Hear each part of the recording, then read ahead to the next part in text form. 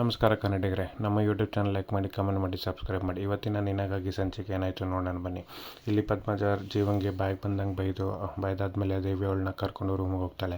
ರೂಮ್ಗೆ ಹೋದ್ಮೇಲೆ ಕನಕಾಂಬರಿ ಏನು ಮಾಡ್ತಾಳೆ, ಪದ್ಮಜಂಗೆ ಇಂಜೆಕ್ಷನ್ ಕೊಟ್ಟರೆ ಸರಿ ಹೋಗುತ್ತೆ ಅಂತ ಇಂಜೆಕ್ಷನ್ನ ತೊಗೊಂಬಂದು ಪದ್ಮಜಂಗೆ ಕೊಡೋಕ್ಕೆ ಬರ್ತಾಳೆ. ಆಗ ಪದ್ಮಜ ಹೇಳ್ತಾಳೆ, ನಂಗೆ ಬೇಡ, ಇಂಜೆಕ್ಷನ್ ತೊಗೊಂಡ್ರೆ ಮೈಯೆಲ್ಲ ಉರಿಯುತ್ತೆ, ಬೇಡ ನನಗೆ ಅಂತ ಹಠ ಮಾಡ್ತಾಳೆ. ಆಗ ದೇವಿ ಹೇಳ್ತಾನೆ, ದೊಡ್ಡಮ್ಮ ಇದನ್ನು ತೊಗೊಂಡ್ರೆ ನೀವು ಸ್ವಲ್ಪ ಆರಾಮಾಗ್ತೀರಾ, ಇದನ್ನು ತೊಗೊಳ್ಳಿ ಅಂತ ಹೇಳಿ ಅವರಿಬ್ಬರು ಇಂಜೆಕ್ಷನ್ನ ಕೊಟ್ಟು ಅಲ್ಲಿಂದ ಹೊರಡ್ತಾರೆ. ಅಲ್ಲಿ ಆಚೆ ರೂಮಿನ ಕೆಳಗೆ ರೂಮಲ್ಲೇನೆ ಹೊರಗಡೆ ಆ ಕಡೆ ಬಂದಾಗ ಕನಕಾಂಬರಿ ಕೇಳ್ತಾಳೆ, ಈಗ ಏನೇ ಮಾಡೋದು ದೇವಿ ಅಂತ ಕೇಳಿದಾಗ ದೇವಿ ಯೋಚನೆ ಮಾಡ್ತಾ ನಿಂತಿರ್ತಾಳೆ. ದೇವಿ ಏನೋ ಯೋಚನೆ ಮಾಡ್ತಿರೋದು ನಾನು ನೋಡ್ತಾಳೆ. ಕನಕಾಂಬರಿ ನೋಡಿದಾಗ ಇವಳೇನು ಯೋಚನೆ ಮಾಡ್ತಾಳೆ, ನಾನೇನು ಕೇಳ್ತಾಯಿದ್ರೆ ಇವಳೇನು ಯೋಚನೆ ಮಾಡ್ತಿದ್ದಾಳೆ ಅಂತ ದೇವಿನ ಜೋರಾಗಿ ಕರೀತಾಳೆ. ಅವಾಗ ದೇವಿ ಹೇಳು ಅಂತಂದಾಗ, ಏನು ಯೋಚನೆ ಮಾಡ್ತಿದ್ಯಾ ಅಂತಂದಾಗ, ಇಲ್ಲ ದೊಡ್ಡ ಮುಂಡ್ರನ್ನ ಯಾರು ಓಪನ್ ಮಾಡಿದ್ರು, ಅವ್ರು ಹೆಂಗೆ ಹೊರಗಡೆ ಬಂದರು ಅಂತ ಯೋಚನೆ ಮಾಡ್ತಿರ್ತಾಳೆ. ಆಗ ಕನಕಾಂಬರಿ ಹೇಳ್ತಾಳೆ, ನಾನು ಯೋಚನೆ ಮಾಡ್ತಿದ್ರೆ ಆಸ್ತಿ ಬಗ್ಗೆ, ಆದರೆ ನೀನು ಯೋಚನೆ ಮಾಡ್ತಿದ್ದ್ರ ಬಗ್ಗೆ, ನಿಂಗೆ ಎಷ್ಟು ಹೇಳಿದ್ರು ಅಷ್ಟೇ ಅಂತ ಹೇಳಿ ಅಲ್ಲಿಂದ ಕನಕಾಂಬರಿ ಹೊಡ್ತಾಳೆ. ಆದ್ದರಿಂದ ದೇವಿ ಹೆಂಗೆ ಬಂದು ದೊಡ್ಡಮ್ಮ ಹೊರಗಡೆ ಅಂತಲೇ ಯೋಚನೆ ಮಾಡ್ತಿರ್ತಾಳೆ. ದೇವಿ ಯೋಚನೆ ಮಾಡ್ತಿರೋದು ಅಲ್ಲೇ ನಿಂತಿರ್ತಾಳೆ. ಜೀವ ನಿಂತಿರ್ತಾನೆ. ಜೀವ ನಿಂತಿರ್ಬೇಕಾದ್ರೆ ರಚನಾ ಬಂದು ಕೇಳ್ತಾಳೆ, ನಿಮ್ಮ ಕೈಯೆಲ್ಲ ನೋವಾಗ್ತಿದೆ, ಇಷ್ಟು ಮಾರ್ಕ್ ಆಗಿದೆಯಲ್ಲ ಅಂತ ಕೇಳ್ತಾಳೆ. ಇಲ್ಲ, ನನಗೆ ನೋವಾಗ್ತಿಲ್ಲ, ನಂಗೆ ಖುಷಿ ಆಗ್ತದೆ. ಯಾಕೆಂದರೆ ನಾನು ಅಮ್ಮನನ್ನು ಎಷ್ಟೋ ದಿನ ಆದಮೇಲೆ ನೋಡಿದೆ. ಅವ್ರು ಬಂದ ನಂತರ ಮಾತಾಡಿದ್ರು, ನನ್ನ ಸ್ಪರ್ಶ ಮಾಡಿದ್ರು, ನನ್ನನ್ನು ಮುಟ್ಟಿದ್ರು, ನನಗೆ ಅಂದರು, ನನ್ನ ಹತ್ರ ಮಾತಾಡೋದಲ್ಲ, ಅಷ್ಟು ಖುಷಿ ಆಗ್ತದೆ. ಅಲ್ಲ ಜೀವ, ಅವ್ರು ಬಂದು ನಿಮಗೆ ಶಾಪ ಹಾಕಿದ್ರಲ್ಲ, ಅದ್ರ ಬಗ್ಗೆ ನಾನು ಮಾತಾಡ್ತಿದ್ದೀನಿ ಅಂತ ರಚನೆ ಹೇಳ್ತಾಳೆ. ಅವ್ರು ಹೇಳ್ಕೊಳ್ಳಿ, ಆದರೆ ಅವ್ರು ಹೇಳ್ಕೊಳ್ಳಿದಲ್ಲಿ ನಾನು ಅದೇ ಥರ ತಪ್ಪು ಮಾಡಿದ್ದೀನಿ, ಅದಕ್ಕೆ ಅವ್ರು ಹೇಳ್ತಿದ್ದಾರೆ, ಬಿಟ್ಟರೆ ಬೇರೆ ಏನೋ ನಂಗೆ ಅನಿಸಿಲ್ಲ ಅಂತ ಜೀವ ಹೇಳ್ತಾರೆ. ಅಲ್ಲಿಗೆ ಲಾಯರ್ ಬಣ್ಣ ಬರ್ತಾರೆ. ಲಾಯರ್ ಬಣ್ಣ ಬಂದು ಹೇಳ್ತಾರೆ, ಈ ಆಸ್ತಿನೆಲ್ಲ ನೀನು ಒಪ್ಕೊಳ್ಳೇಬೇಕು. ಜಗದೀಶ್ ಅಂದರೆ ಒಂದು ಒಳ್ಳೆಯ ಉದ್ದೇಶಕ್ಕೋಸ್ಕರ ಇದನ್ನೆಲ್ಲ ಮಾಡಿರ್ತಾನೆ, ಆ ಉದ್ದೇಶನ ನೀನು ಅರ್ಥ ಮಾಡ್ಕೊಳ್ಳೇಬೇಕು. ಅವಾಗ ಸಿಕ್ಕಿದಾಗ ಅವನು ಎಲ್ಲ ವಿಷಯನೂ ಹೇಳ್ಕೊತಿದ್ದ, ಆದರೆ ಪದ್ಮಜನ ವಿಷಯ ನನ್ನ ಹತ್ರ ಏನೂ ಹೇಳ್ಕೊಂಡಿಲ್ಲ.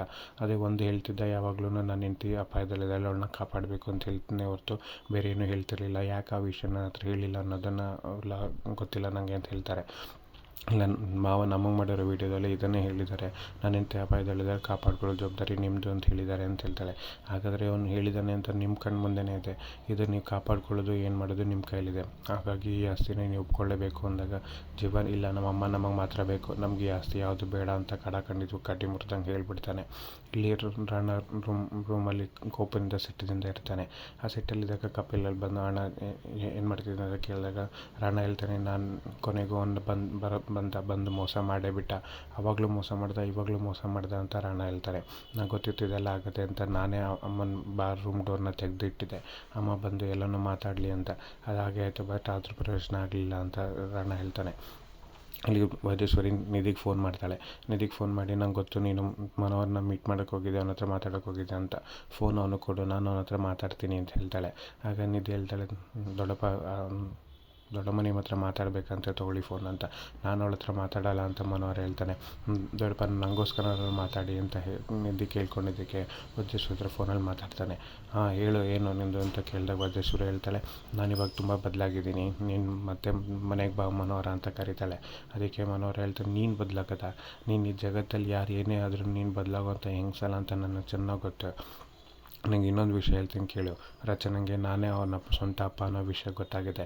ಅವಳು ಹೇಳಿದಾಳೆ, ನಾನು ನೀವು ಮಾಡೋಂಥ ಕೆಲಸದಲ್ಲಿ ನಂಗೆ ಅವಳ ಮುಂದೆ ನಿಂತ್ಕೊಂಡು ಅಪ್ಪ ಅಂತ ಅನ್ಸ್ಕೊಂಡಾಗಲೇ ನಾನು ನಿಮ್ಮನ್ನ ಒಪ್ಕೊಳ್ಳೋದು ಅಂತ ಹೇಳಿದಾಳೆ. ನಾನು ಅದೇ ದಾರಿಯಲ್ಲಿದ್ದೀನಿ, ನಾನೆಲ್ಲ ಸತ್ಯಗಳನ್ನ ಅವಳ ಮುಂದೆ ಬಿಚ್ಚಿಟ್ಟೇ ಇಡ್ತೀನಿ ಅಂತ ಹೇಳ್ತಾನೆ. ಏನಾರು ರಚನೆಗೆ ನೋವು ಕೊಟ್ಟು ಅವ್ರ ಮನೆಯವ್ರ ಜೊತೆ ಸೇರಿಕೊಂಡು ಅವಳಿಗೇನಾದ್ರು ಅಪಾಯ ಮಾಡಿದ್ರೆ ನಾನು ನಿನ್ನ ಸುಮ್ಮನೆ ಬಿಡಲ್ಲ. ಗಣೇಶನನ್ನು ನಾನು ಸಾಯಿಸಿಲ್ಲ, ಆದರೆ ಈ ಸಲ ನಿನ್ನನ್ನು ಸಾಯಿಸಿ ನಾನು ಅದನ್ನು ಒಪ್ಕೋತೀನಿ, ನಾನು ಸಾಯಿಸಿದೆ ಅಂತ.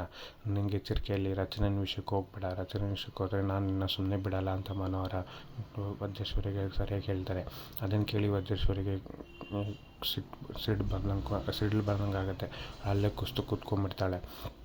ಇಲ್ಲಿ ಮನೋಹರಲ್ಲಿ ಹಾಲಲ್ಲಿ ಸೇರ್ಕೊಂಡಾಗ ಬರೋಣ ಕೇಳ್ತಾನೆ, ಎಲ್ರಿಗೂ ಓಕೆನಾ, ಏನೋ ಕ್ಲಾರಿಫಿಕೇಷನ್ ಬೇಕಾ ಆಸ್ತಿ ವಿಷಯವಾಗಿ, ಅದನ್ನು ಕ್ಲಾರಿಫಿಕೇಷನ್ ಕೊಡ್ತೀನಿ ಅಂತ ಹೇಳ್ತಾನೆ. ಆಗ ಮನೆಯವ್ರು ಕೇಳ್ತಾರೆ, ಏನು ಕ್ಲಾರಿಫಿಕೇಷನ್ ತೊಗೊಂಡು ಏನು ಮಾಡೋದು, ಏನು ಆಸ್ತಿನೂ ಇಲ್ಲ ಏನೂ ಇಲ್ಲ ಅಂತ ಅಂದಾಗ, ದೊಡ್ಡಮ್ಮ ನೀವು ಅದ್ರ ಬಗ್ಗೆ ಎಲ್ಲ ಯೋಚನೆ ಮಾಡಬೇಡಿ, ನಿಮ್ಗೆ ಏನೇನು ಸೇರಬೇಕು ಅನ್ನೋ ಅದನ್ನೆಲ್ಲ ನಾನು ಮಾಡ್ತೀನಿ, ನೀವು ಆರಾಮಾಗಿರಿ, ನಿಮ್ಗೇನು ಕೊಡಬೇಕು ಅದನ್ನು ಕೊಡ್ತೀನಿ ಅಂತ ಜೀವ ಹೇಳ್ತಾನೆ. ಏನು ಹೇಳ್ತಿದ್ಯಾ ಬ್ರೋ, ಸಮಾಧಾನವಾಗಿದ್ದರೆ ಹೊರಗಡೆ ಹೋದ್ರೆ ಒಂದು ಬಣ್ಣ ಸಿಗುತ್ತಾ ನಮ್ಮ ಯೋಗ್ಯತೆಗೆ ಅಂತ ಹೇಳ್ತಾನೆ. ಅದಕ್ಕೆ ನಂಗೆ ಗೊತ್ತು ರಾಣ, ಅದು ನಂಗೆ ಗೊತ್ತು, ನಿಮ್ಗೇನು ಸಿಗಬೇಕು, ನಿಮ್ಗೆ ಆಸ್ತಿಲಿ ಎಷ್ಟು ಬರಬೇಕು ಅದನ್ನು ಸಮವಾಗಿ ಕೊಡ್ತೀನಿ ಅಂತ ಜೀವ ಹೇಳ್ತಾನೆ. ಆಗ ಕನಕಾಂಬರಿ, ಹೆಂಗಪ್ಪ ಕೊಡ್ತೀಯ ನೀನು, ನಿನಗೆ ಏನೂ ಬರ್ದಿಲ್ಲ ಅವರು, ನೀನು ನಮ್ಮ ಥರನೇ, ನೀನು ಇವಾಗ ನಮ್ಮ ಪಾರ್ಟಿ, ನಿನ್ನ ಹೆಸರಲ್ಲೂ ಏನೂ ಇಲ್ಲ, ನೀನು ಹೆಂಗೆ ನಮಗೆ ಕೊಟ್ಟರೆ ಕೊಡಬೇಕಿರೋದು ರಚನಾ ಅಂತ ಕನಕಾಂಬರಿ ಹೇಳ್ತಾಳೆ. ಅದಕ್ಕೆ ಜೀವ ಹೇಳ್ತಾನೆ, ಅವರು ಆಸ್ತಿನ ನಿಮ್ಮ ಹೆಸರಿಗೆ ಬರ್ಕೊಡ್ತಾರೆ ಅಂತ ಹೇಳ್ತಾನೆ. ಅದನ್ನು ಕೇಳಿದಾಗ ರಚನೆಗೆ ಇವ್ರು ಏನು ಹೇಳ್ತಿದ್ದಾರೆ, ನಾನು ಕೇಳ್ದನೋ ಹೇಳ್ತಿದ್ದಾರಲ್ಲ ಅಂತ ಹೇಳ್ತಾನೆ. ಆಗ ಈಶ್ವರ್ ಎದ್ದು ನಿಂತ್ಕೊಂಡು ಹೇಳ್ತಾನೆ, ಏನು ಮಾತಾಡ್ತಿದ್ಯಾ ಜೀವ ನೀನು, ನಿಂಗೆ ತಲೆಗೆ ಬುದ್ಧಿ ಇದೆಯಾ, ಸ್ವಲ್ಪ ವಾಸ್ತವನ ಯೋಚನೆ ಮಾಡಿ ಮಾತಾಡು. ಅಣ್ಣ ನಿನ್ನ ಕೊಟ್ಟಿರೋದು, ನೀನು ಯಾಕೆ ಅದನ್ನು ಎಲ್ರಿಗೂ ಕೊಡ್ತೀನಿ ಅಂತಿದ್ದೆ ಅಂದಾಗ ಹೆಂಡತಿ ಗಂಡನೇ ಬಾಯ್ತಾಳೆ.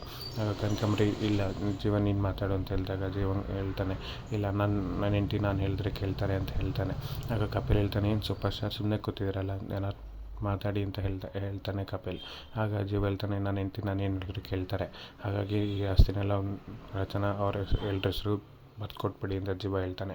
ಆಗ ರಚನಾ ಹೇಳ್ತಾಳೆ, ಇಲ್ಲ ನಾನು ಈ ಆಸ್ತಿನ ಯಾರಿಗೂ ಯಾವುದೇ ಕಾರಣಕ್ಕೂ ಕೊಡೋದಿಲ್ಲ, ಬರ್ದು ಕೊಡೋದಿಲ್ಲ, ಇದು ನನ್ನ ನಿರ್ಧಾರ ಅಂತ ಹೇಳಿ ಅಲ್ಲಿಂದ ಎದ್ದು ರೂಮ್ಗೆ ಹೊಟ್ಟೋಗ್ತಾಳೆ.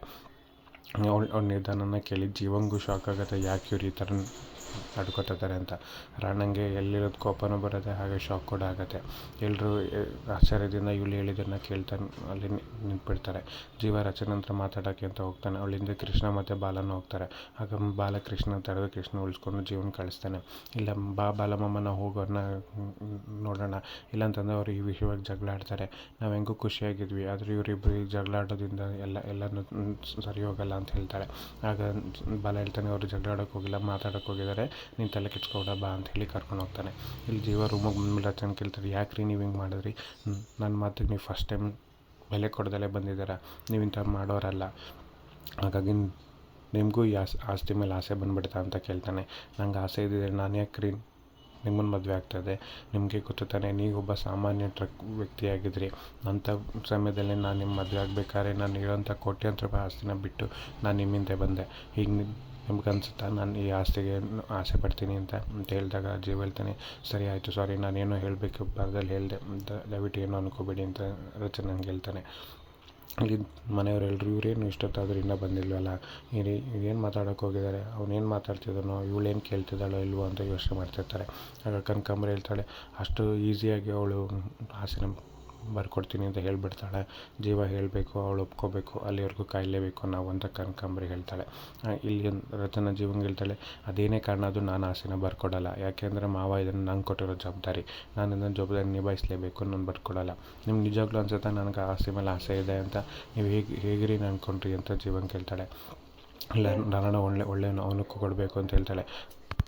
ಆಗ ನಿಮ್ಮ ತಮ್ಮನ ನೀವು ನಂಬೋದು, ಅದೇ ನಾನು ನಂಬೋದಿಲ್ಲ, ಅವನೇನು ಅಂತ ನಂಗೆ ಚೆನ್ನಾಗಿ ಗೊತ್ತು ಅಂತ ಹೇಳ್ತಾಳೆ. ಅದಕ್ಕೆ ನಿಮ್ಮ ಜೀವ ಅದರೆಲ್ಲ ಬೇಡ ರಚನೆ, ಈಗ ದಯವಿಟ್ಟು ಆಸೆನ ಅವ್ರ ಹೆಸರು ಬರ್ಕೊಡಿ ಅಂತಂದಾಗ, ಹೇಗ್ರಿ ಬರ್ಕೊಡೋದಕ್ಕಾಗತ್ತೆ, ಬುದ್ಧಿ ಇಲ್ದಲೇ ಮಾತಾಡ್ತಾ ಇದ್ದೀರಲ್ಲ ನೀವು, ತುಂಬ ಎಮೋಷ್ನಲ್ ಆದಾಗ ಬುದ್ಧಿ ಕೆಲಸ ಮಾಡಲ್ವಂತೆ.